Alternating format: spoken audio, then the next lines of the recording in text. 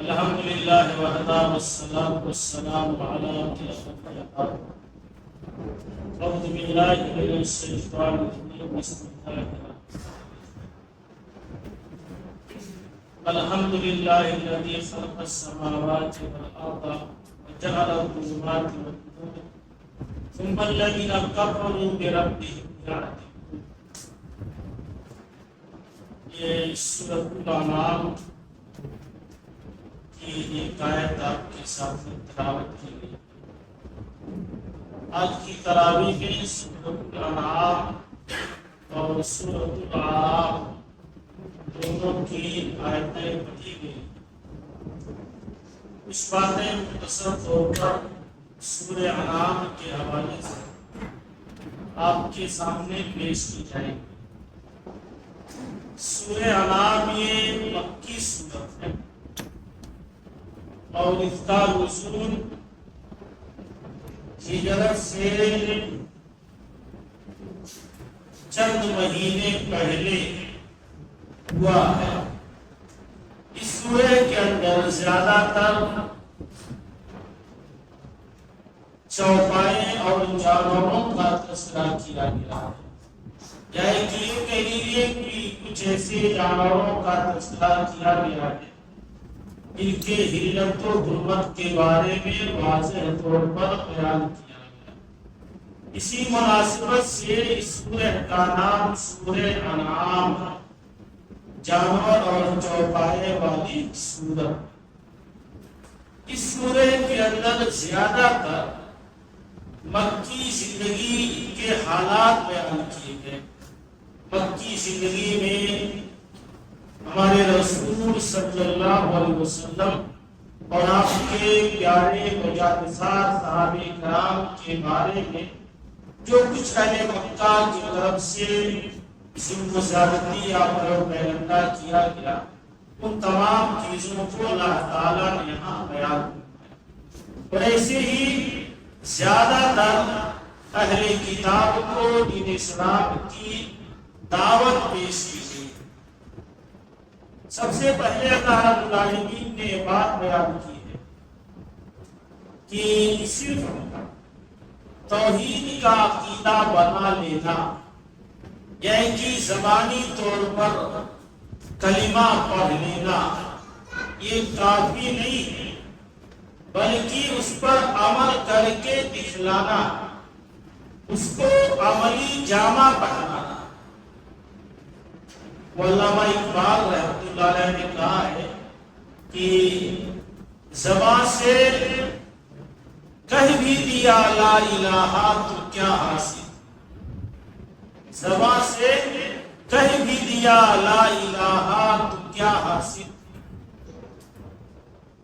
بنایا ہے تجھے پتال کو اپنا خدا تو نے۔ اسی معنی کے اور سے وہ بیان کرتے تھے کہ زبان سے گر کیا توحید کا دعویٰ تو کیا حاصل، بنایا ہے تجھے پتال کو اپنا خدا۔ دوسرا شعر ہے وہ شاید اس طرح سے ہے کہ زبان سے گر کیا توحید کا دعویٰ تو کیا حاصل، دل و نگاہ مسلمان نہیں تو کچھ بھی نہیں۔ خیر دونوں ملا کر کے یہی ہے کہ خالی زبانی طور پر دعویٰ کافی نہیں، بلکہ دل کے خود کو بھی موحد بنانا ہے، دل کو بھی مومن بنانا ہے، نگاہ کو بھی مومن بنانا ہے، تو اس پر ثابت قدم رہنا۔ صحیح مسلم کی ایک روایت ہے، حدیث کے راوی سفیان بن عبداللہ ثقفی رضی اللہ تعالیٰ عنہ وہ بیان کرتے ہیں کہ ایک مرتبہ میں نے اللہ کے نبی سے کہا کلی بالاسلام قولا لا اسأل عنہ احدا غیر اللہ، اے اللہ کے رسول صلی اللہ علیہ وسلم مجھے اسلام کے بارے میں کوئی ایسی بات بتائیے کہ پھر آپ کے بعد اس کے سلسلے میں کسی اور سے نہ پوچھوں۔ کلی بالاسلام قولا، اسلام کے بارے میں مجھے اسی بات بتائیے لا اسأل عنہ احدا غیرک، کہ آپ کے علاوہ یا آپ کے بعد کسی اور سے میں نہ پوچھوں۔ تو آپ صلی اللہ علیہ وسلم نے فرمایا قل آمنت باللہ، تو کہہ میں اللہ پر ایمان لایا، ثم استقم، پھر اس پر قائم رہ۔ قل آمنت باللہ ثم استقم، تو کہہ میں اللہ پر ایمان لایا پھر اس پر قائم رہ۔ یہ بہت بڑی چیز ہے، خالی زبانی طور پر کہہ دینا کافی نہیں ہے، بلکہ اس پر قائم رہنا، اس پر جمے رہنا، اس پر عمل کرتے رہنا، یہ اہم و بنیادی چیز ہے۔ اللہ تعالیٰ نے سورہ احقاف وغیرہ میں بیان کیا ہے ان الذین قالوا ربنا استقاموا فلا خوف علیہم ولا هم يحزنون، کہ جن لوگوں نے کہا کہ ہمارا رب اللہ ہے پھر اس پر قائم رہے، انہیں کوئی خوف نہیں نہ وہ غمگین۔ تو توحید اپنا لینے کے بعد، عقیدہ اپنا لینے کے بعد، کلمہ پڑھ لینے کے بعد یا ایمان اسلام کا دعویٰ کرنے کے بعد ضروری ہے کہ آدمی عملی طور پر اس پر قائم ہے، اس پر جمے رہے۔ یہ بنیادی چیز ہے۔ آگے چل کے اللہ تعالیٰ نے سورہ انعام کی دوسری آیت میں بیان کیا ہے کہ اللہ رب العالمین حسب ضرورت اپنے ثواب دین پر کچھ انبیاء کو، کچھ رسول کو دنیا میں مبعوث فرماتا ہے اور انہیں آسمانی کتابیں دیتا ہے، اس کے ذریعہ وہ امتوں کی صلاح کرتے ہیں، انہیں راہ راست بتاتے ہیں، توحید کی، عقیدہ کی، رسالت کی دعوت دیتے ہیں۔ اللہ تعالیٰ نے انسان کی حقیقت کے بارے میں بیان کیا ہے کہ اللہ تعالیٰ نے تمام انسانوں کو مٹی سے پیدا کیا، والذی خلقکم من طین، اللہ وہی ذات ہے جس نے تم کو مٹی سے پیدا کیا۔ اس آیت کے ذریعہ اللہ رب العالمین اہل مکہ سے فرما رہا ہے کہ تمہاری اصل مٹی کی ہے، اور مٹی کی تاثیر ہے اس کے اندر تواضع ہو، خاکساری ہو، انکساری ہو، تکبر نہ ہو، گھمنڈ نہ ہو، غرور نہ ہو، کیونکہ مٹی کے اندر، خاکی کے اندر تواضع اور خاکساری ہونی چاہیے۔ تعلی، کبر و غرور، گھمنڈ یہ مٹی کی تاثیر نہیں ہے، آگ کی تاثیر ہے، جو جناتوں کا، جو شیاطین کا سوا ہے۔ کہ انسان کو تواضع اختیار کرنی چاہیے۔ ایسے ہی اللہ رب العالمین نے ایک شعور، ایک احساس اس سورہ کی تیسری آیت میں یہ دیا ہے کہ آپ جو کچھ بھی کرتے ہو، چاہے کھلے طور پر، چاہے چھپے طور پر، چاہے اعلانیہ طور پر، چاہے مخفی طور پر، اللہ تعالیٰ سب چیزوں کے بارے میں خبر رکھتا ہے۔ اور خبر رکھنے کا معنی نہیں ہے کہ وہ جانتا ہے، بلکہ یہ اشارہ ہے کہ اللہ خبر رکھنے والا ہے۔ تو ایک دن جب جزا سزا کی بات آئے گی، حساب کا دن آئے گا، تو اللہ تمہیں سزا بھی دے سکتا۔ جیسے ہم اپنے بچوں کو ڈانٹتے وقت کہتے ہیں کہ ٹھیک ہے میں دیکھ رہا ہوں، تو ہم اس کو اس طرح نہیں دے رہے ہیں کہ میں دیکھ رہا ہوں، بلکہ کسی کی دھمکی ہوتی ہے کہ تمہیں مار بھی پڑ سکتی ہے، تمہیں سزا بھی مل سکتی ہے۔ ایسے ہی اللہ تعالیٰ نے جہاں جہاں یہ آیت بیان کیا ہے کہ اللہ خبر رکھنے والا ہے، سننے والا ہے، دیکھنے والا ہے، یہاں لطیف اشارہ ہے کہ تمہاری صبر سے اللہ باخبر ہے اور تمہیں سزا دے سکتا ہے۔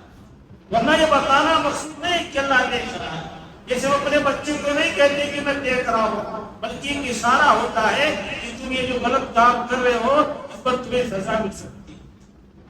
تو اللہ تعالیٰ نے بیان کیا ہے کہ وہ اللہ فی السماوات و فی الارض، اللہ ہی ہے آسمان میں، زمین میں، یعلم سرکم و جہرکم، وہ جانتا ہے تمہاری پوشیدہ چیزوں، تمہاری ظاہری چیزوں، وَيَعْلَمُ مَا تَكْسِبُونَ، اور تم جو کچھ بھی کماتے ہو، کرتے ہو، اس کو بھی اللہ جانتا ہے۔ ان تینوں چیزوں میں کہ تمہاری ظاہری چیزوں کو، تمہاری پوشیدہ چیزوں کو، تمہاری کرتوت کو، تمہارے اعمال کو اللہ جانتا ہے۔ یہاں بھی تحدید ہے، یہاں بھی دھمکی ہے کہ تمہارے عملوں سے اللہ باخبر ہے، تمہیں سزا دے سکتا ہے۔ اس لیے جو کام کرو اچھا کام، اس کی رضا کے لیے، خوشنودی کے لیے کام۔ آگے چل کے اللہ رب العالمین نے بیان فرمایا ہے کہ آدمی جب گناہ کرتا ہے، جب غلطیاں کرتا ہے، تو اللہ تھوڑا سا تکلیف دیتا ہے، مہلت دیتا ہے، تاکہ بندہ ہمارا باطن کو شرمندہ ہو کر کے، پچھتا کر کے ہماری طرف رجوع کر لے، معافی مانگے۔ اور یہ وقت تک مقرر رہتا ہے، جب وہ کھڑی ختم ہو جاتی ہے تو پھر اللہ اس بندے کو اپنی گرفت میں نہیں لیتا۔ قرآن مجید کی کئی آیتوں میں ہے کہ مطلب سورہ انعام کے اندر، سورہ نحل میں آیت نمبر 61 میں بیان کیا ہے کہ لو یواخذ اللہ الناس بظلمهم ما ترک علیہا من دابہ، اگر لوگوں کی ظلم و زیادتی سے، لوگوں کی کرتوت سے، لوگوں کی گناہ کی وجہ سے اللہ فوراً مواخذہ کرے تو وہ زمین پر کوئی انسان نہ بچے۔ اللہ کا احسان ہے، کرم ہے کہ وہ مؤخر کرے، حالانکہ وقت بلا اجل مسمى، ایک وقت مقرر کے اللہ ٹھیک دے دیتا ہے، مہلت دے دیتا ہے، لیکن فَإِذَا جَاءَ أَجَلُهُمْ لَا يَسْتَأْخِرُونَ سَاعَةً وَلَا يَسْتَقْدِمُونَ۔ جب وہ گھڑی آ جاتی ہے تو ایک لمحہ کے لیے نہ اللہ آگے کرتا ہے نہ پیچھے۔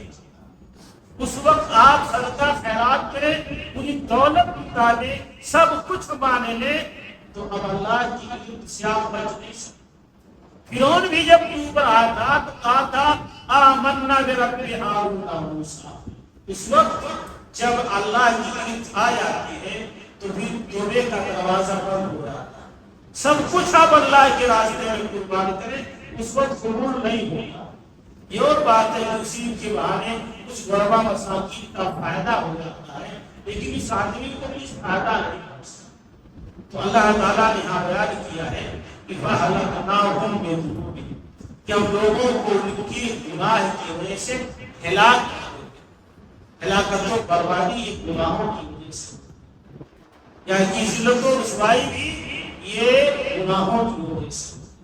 ایسے ہی آگے اللہ رب العالمین نے بیان فرمایا ہے کہ جو لوگ دین کا، شریعت کا، رسول کا، کتاب و سنت کا مذاق بناتے ہیں تو کسی نہ کسی مرحلے میں وہ اللہ کی گرفت سے پہنچا، اللہ ان کو پکڑ لیتا۔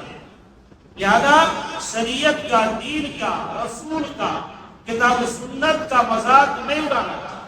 کوئی چیز ہماری سمجھ سے باہر ہے، کسی چیز کو ہم نہیں سمجھ پا رہے اپنے محدود ذہن و دماغ، سوچ و فکر کے مطابق، تو اس کو اللہ اس کے رسول کے حوالے چھوڑ دینا چاہیے۔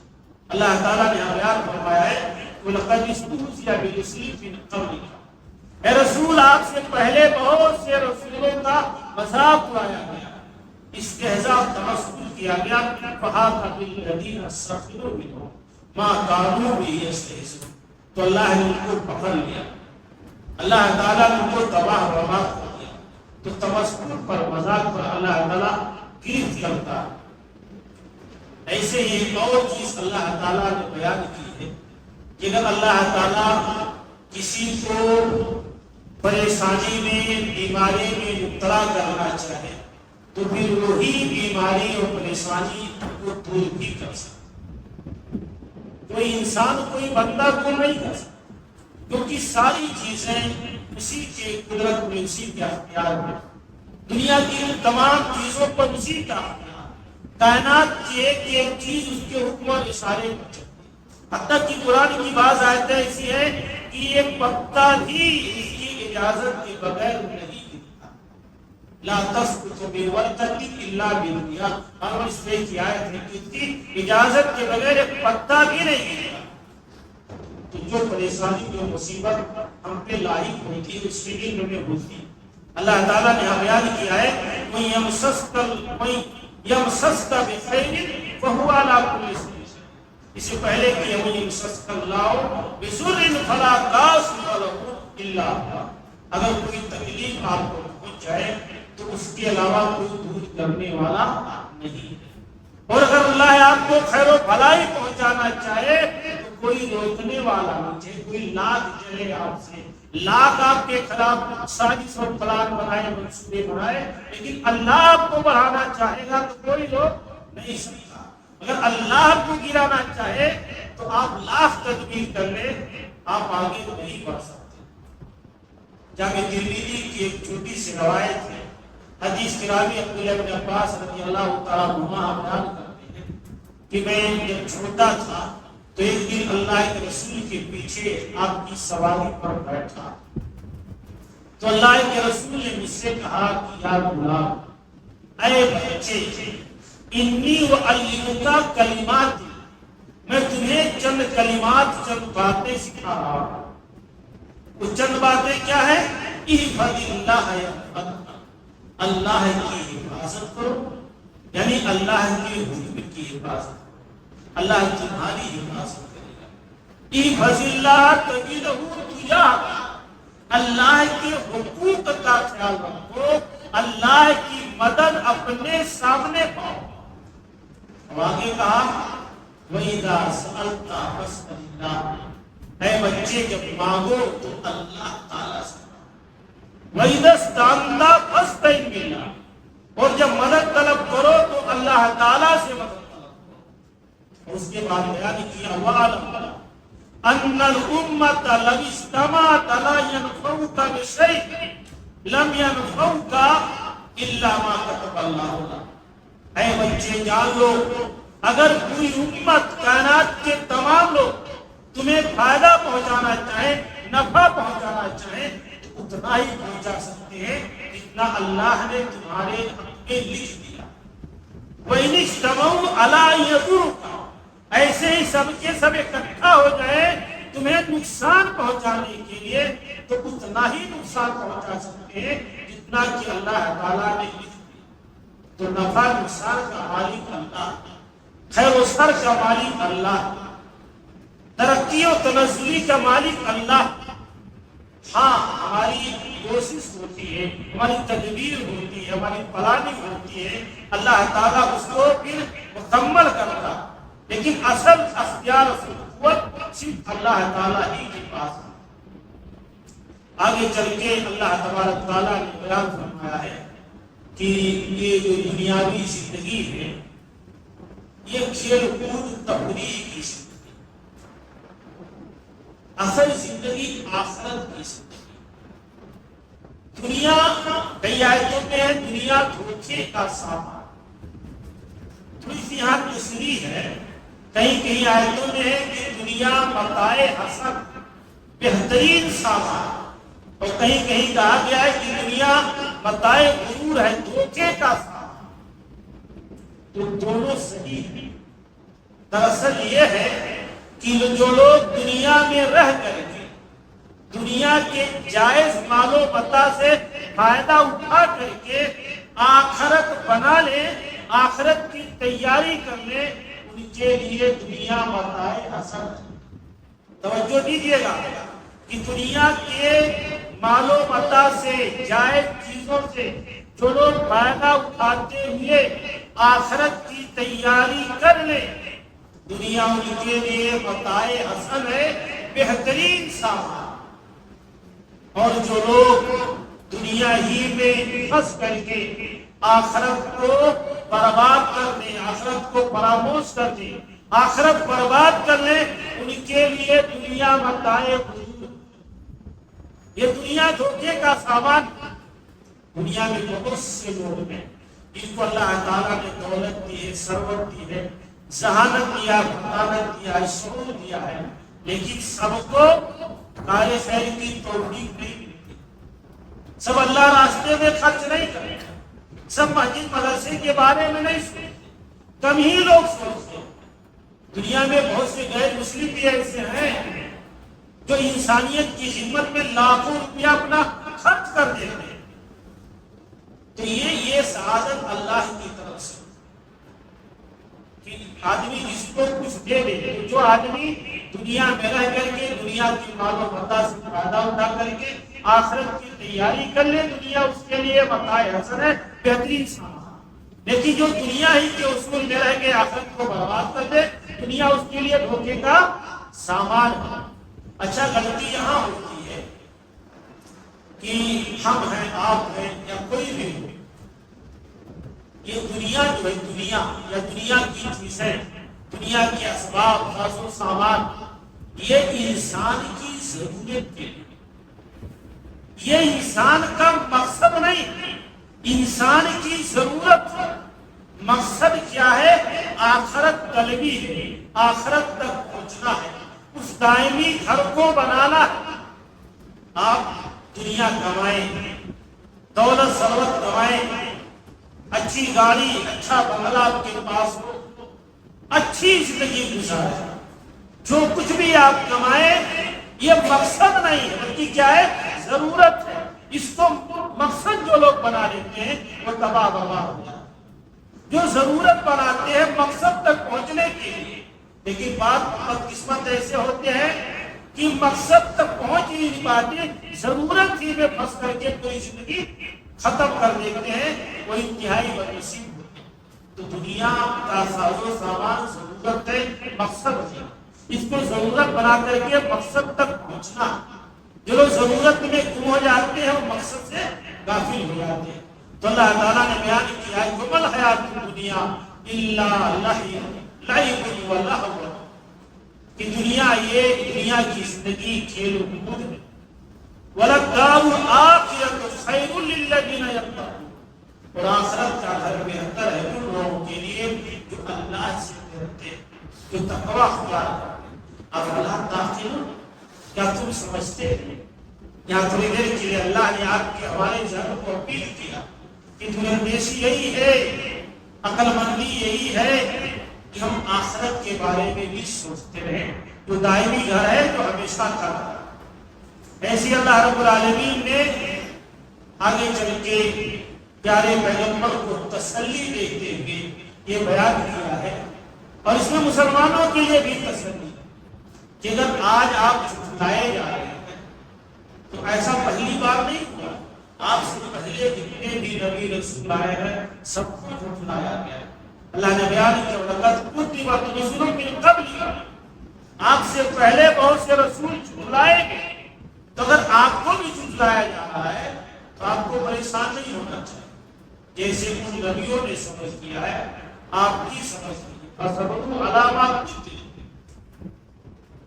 ان رسولوں نے جھٹلائے جانے پر صبر کیا، تکلیف دیے جانے پر صبر کیا، تو آپ بھی سمجھ لیجیے حتیٰ آتاہم رسولنا، جیسے ان نبی اور رسولوں کے پاس ہماری مدد آئی، ایسے تمہارے پاس بھی ہماری مدد آئے گی۔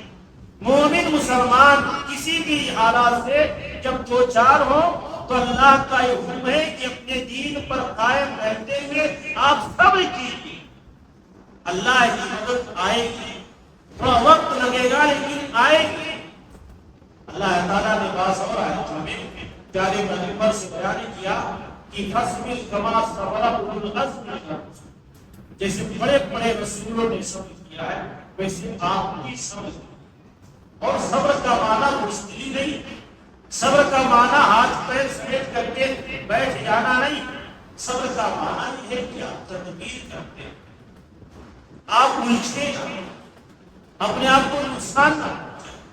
جب آپ یہ کر لیں گے کہ یہ تکلیفوں پر، پریشانیوں پر صبر کر لیں گے، پلس تدبیر بھی کرتے رہیں گے، تو اللہ کی مدد آ کر رہے گی۔ اللہ مع الصابرین، کئی آیتیں ہیں جہاں بتایا گیا کہ صبر کرنے والوں کے ساتھ اللہ، اور وہ بڑی مشہور آیت سورہ بقرہ کی وَاسْتَعِینُوا بِالصَّبْرِ وَالصَّلَاةِ، صبر اور نماز سے اللہ کی مدد کرو۔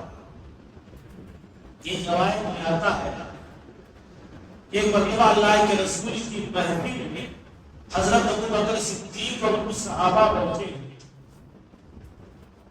ایک بدو ایک دیہاتی حضرت ابوبکر صدیق رضی اللہ تعالیٰ عنہ کو کچھ کہہ رہا ہے، وہ خاموشی سے سنتے رہے، جب حد سے تجاوز کر دیا ہو تو انہوں نے بھی جواب دینا شروع کر دیا، اور جیسے ابوبکر صدیق نے جواب دینا شروع کیا اللہ کے رسول صلی اللہ علیہ وسلم کر کے چلے گئے۔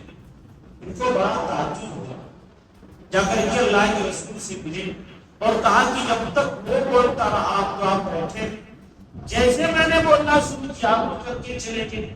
تو اللہ کے رسول صلی اللہ علیہ وسلم نے فرمایا کہ جب تک تم خاموش تھے تمہاری طرف سے فرشتہ جواب دے رہا، اور جب تم نے بولنا شروع کیا، جواب دینا شروع کیا تو فرشتہ چلا گیا، اس لیے میں بھی وہاں سے اٹھ کر کے چلا گیا۔ تو صبر کرنے کا معنی یہی ہے، آپ صبر کریں، ہم صبر کریں تو بھئی اپنے معاملے کو ہم اللہ کے سپرد کر دیں، اور جو معاملہ اللہ کے سپرد ہو جائے اس کی وکالت اللہ کرنے لگے تو اس کیس میں اللہ ہار نہیں سکتا، اس کو جیتنا ہی جیتنا۔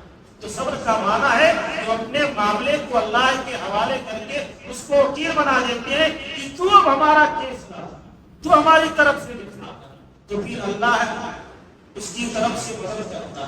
تو یہاں بتایا گیا کہ صبر ہر صورت میں ضروری ہے۔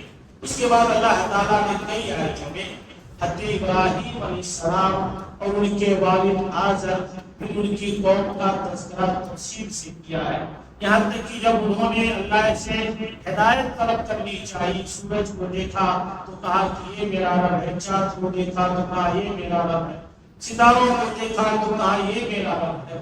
بالآخر اس بات پر یقین ہو گیا کہ یہ سب رب نہیں ہو سکتے۔ کیوں؟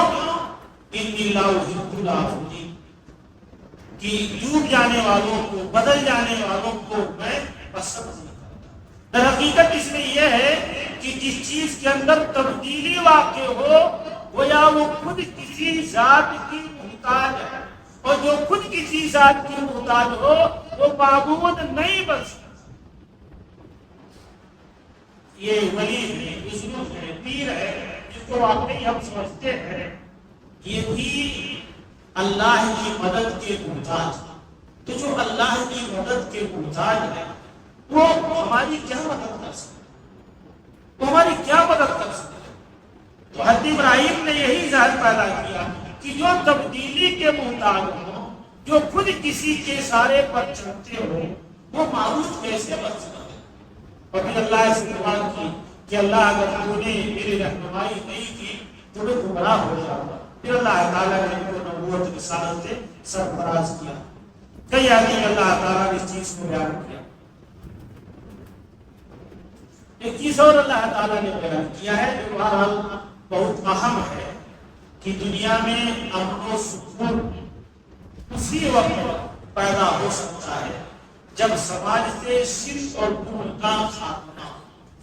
اللہ تعالیٰ نے بیان کیا الذین آمنوا ولم یلبسوا ایمانهم بظلم اولئک لهم الامن وهم مہتدون، کہ جو لوگ ایمان لائے اور اپنے ایمان میں شرک کو نہیں ملایا، یہی لوگ امن والے اور یہی لوگ ہدایت یافتہ۔ تو دنیا میں امن و امان کے لیے ایمان کا ہونا جہاں ضروری ہے وہیں شرک اور کفر کا خاتمہ بھی ضروری ہے۔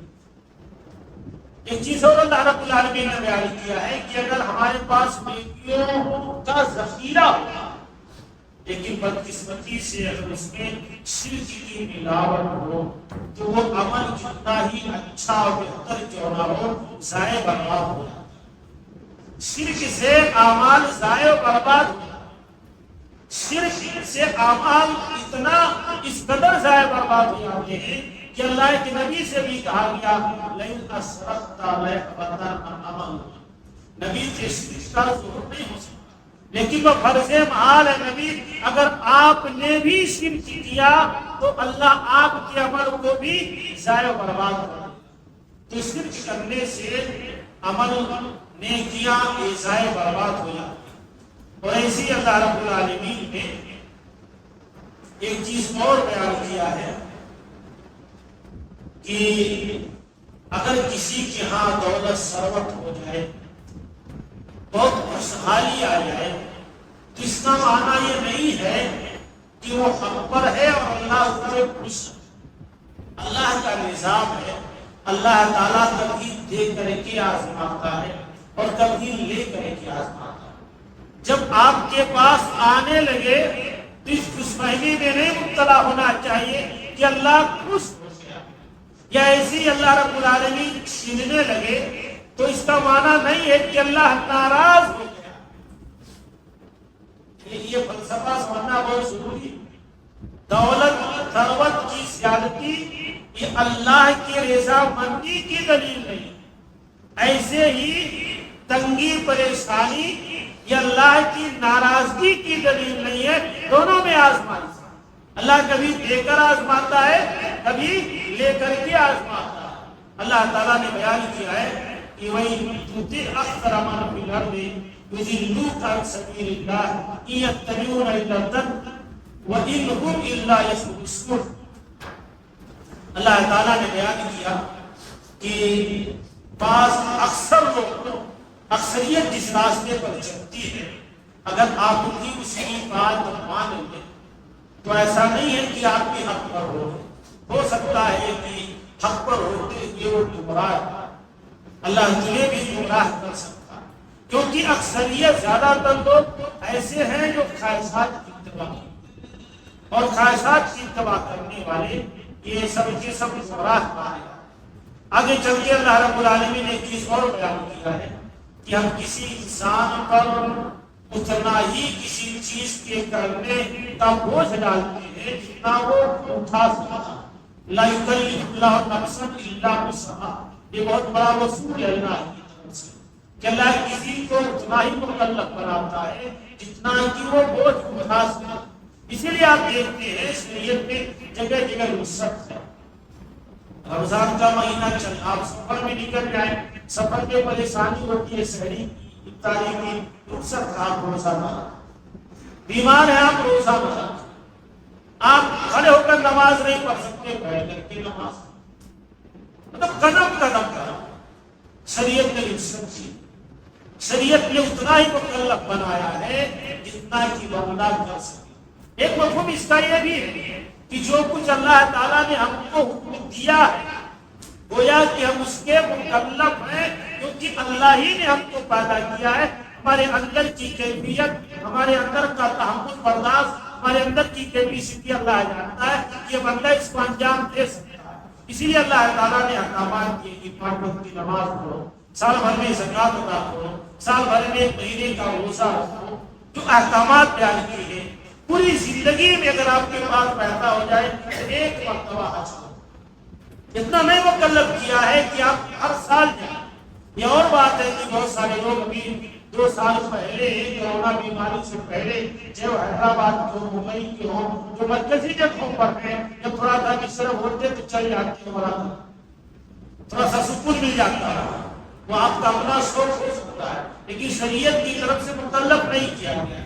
شریعت کی طرف سے اتنا ہی مکلف کیا جاتا ہے جتنا بندہ کر سکے۔ یہ شریعت کی طرف سے بندوں پر یا اللہ کی طرف سے بندوں پر بہت بڑا احساس ہے۔ تین چند باتیں سورہ انعام کے حوالے سے آپ تک بیان کی گئی۔ اللہ تعالیٰ سے دعا ہے کہ ہم سب کو کتاب و سنت کی صحیح و سچی سمجھتا بنائے اور کتاب و سنت کی روشنی سے گزارنے کی توفیق عطا فرمائے۔ آمین۔ السلام علیکم ورحمۃ اللہ وبرکاتہ۔